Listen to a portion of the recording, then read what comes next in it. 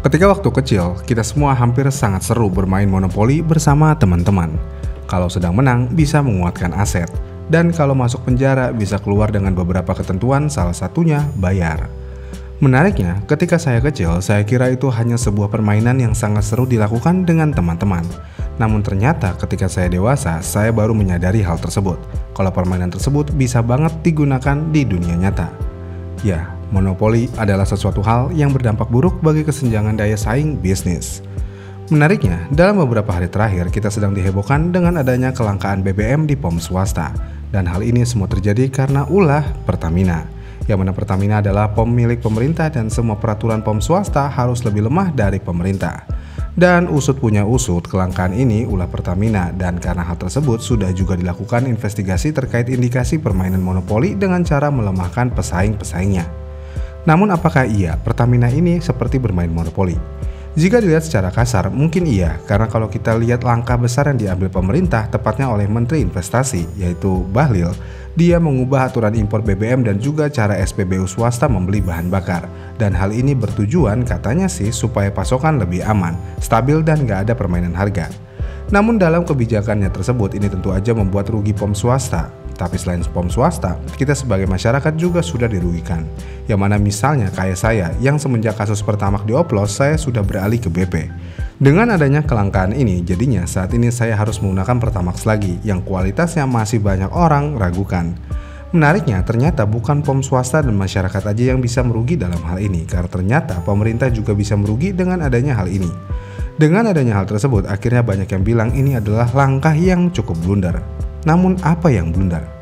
Jika kita lihat sekali lagi kebijakan baru ini memiliki 2 poin penting. Yang pertama, izin impor BBM yang tadinya berlaku setahun sekarang dipotong jadi cuma 6 bulan. Kedua, SPBU swasta yang diwajibkan beli BBM dari Pertamina, bukan lagi langsung impor sendiri atau beli dari pemasok lain. Kalau sekilas didengar, mungkin kebijakan tersebut terkesan logis. Pemerintah ingin semua impor terkendali dan Pertamina dijadikan semacam gerbang utama yang mengatur distribusi. Tapi masalahnya, realita di lapangan nggak sesederhana itu. Dengan izin cuma 6 bulan, importer swasta jadi kesulitan bikin perencanaan jangka panjang, yang berarti mereka harus bolak-balik urus izin, tambah biaya dan lainnya. Dengan hal tersebut aja, akibatnya banyak yang memilih mundur. Misalnya Shell yang resmi menyatakan akan hengkang dari Indonesia pada tahun 2026. Masalahnya, kalau swasta mundur, otomatis beban pasokan pindah semua ke Pertamina.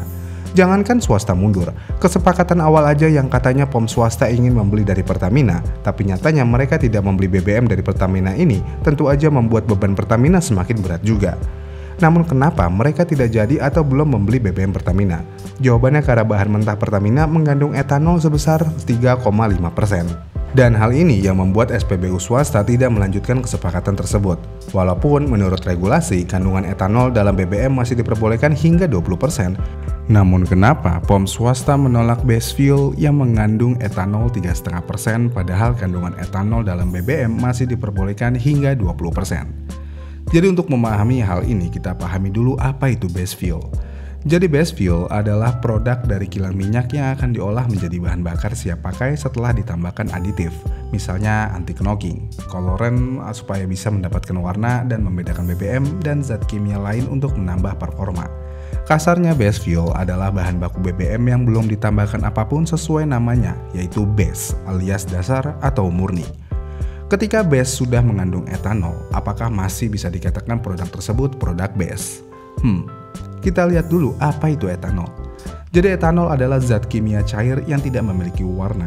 Dan etanol yang sering dikenal kebanyakan orang adalah zat yang sama yang ada di minuman beralkohol seperti bir, wine. Kemudian ada juga di cairan antiseptik dan bahan bakar campuran seperti bioetanol.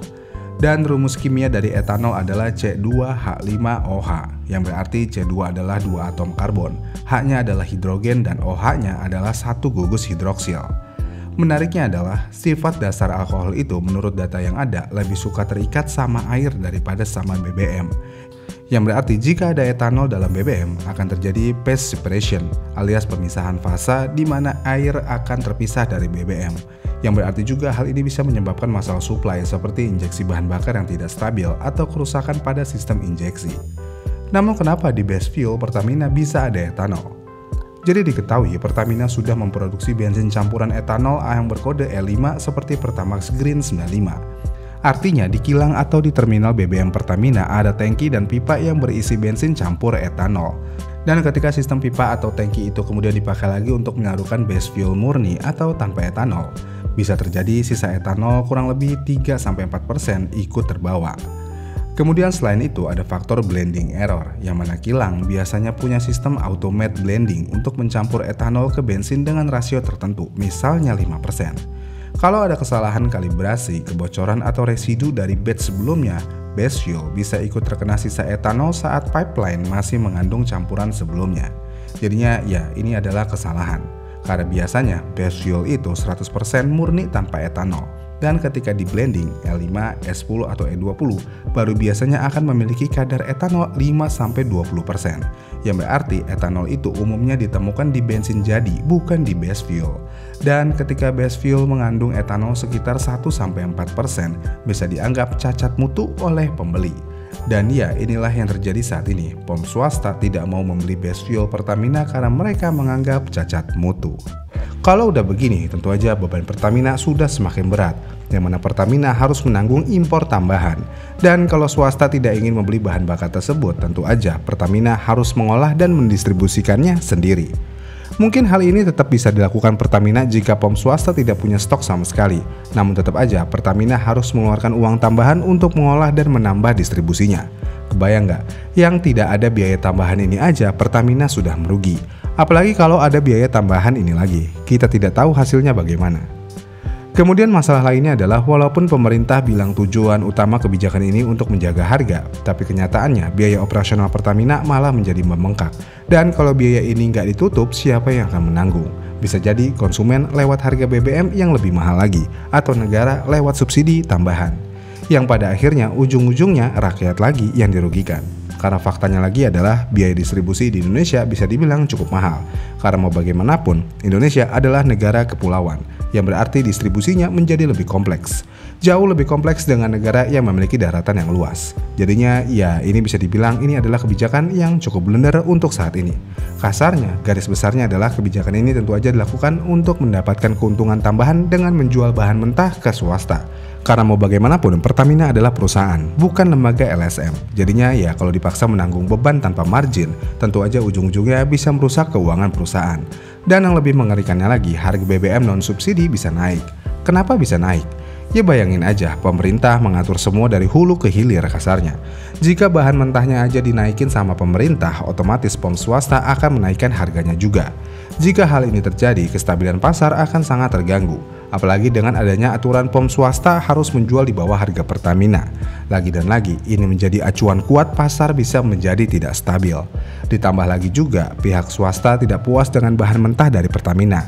Jika pihak swasta tidak puas dengan bahan mentah Pertamina dan mereka mau nggak mau harus membeli dari Pertamina dan menggunakan bahan mentah yang begitu, pada akhirnya konsumen yang harus menanggung itu juga.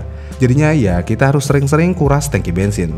Kita jadi harus sering-sering membersihkan injektor dan kita harus terima ruang bakar kita menjadi kotor. Karena sepengalaman saya, ruang bakar mobil yang menggunakan bensin Pertamina dan bensin swasta itu cukup berbeda. Yang satu hitam banget, yang satu hitam aja bahkan cenderung bersih. Jadinya ya, peraturan ini bisa dikatakan blunder dan tidak menguntungkan masyarakat. Karena faktanya fungsi kebijakan pemerintah adalah menguntungkan rakyat. Jika rakyat tidak merasakan untung di sini, lalu kebijakan ini untuk siapa?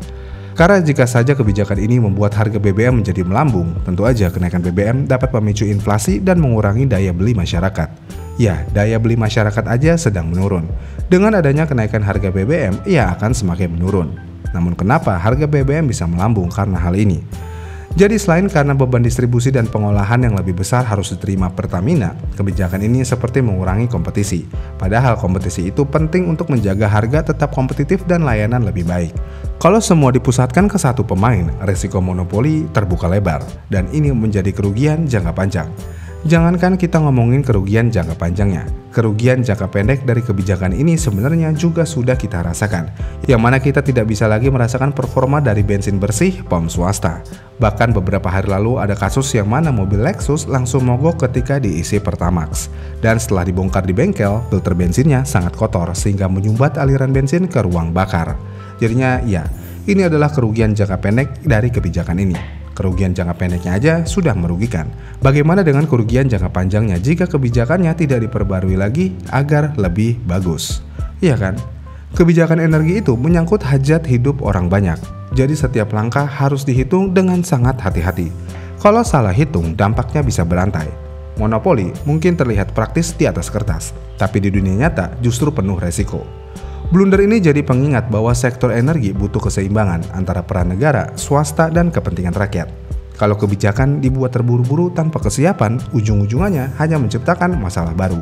Dan dalam kasus ini, yang dirugikan bukan hanya perusahaan, tapi jutaan orang yang setiap hari bergantung pada BBM untuk hidup mereka, dan ini termasuk karyawan POM swasta. Yang mana pada tahun 2026 nanti ketika Shell hengkang, akan ada PHK massal di perusahaan tersebut. Siapa yang bertanggung jawab? Lagi dan lagi, negara dengan kebijakannya. Gimana nih menurut kalian? Komen di kolom komentar di bawah ya, dan sampai jumpa di video selanjutnya.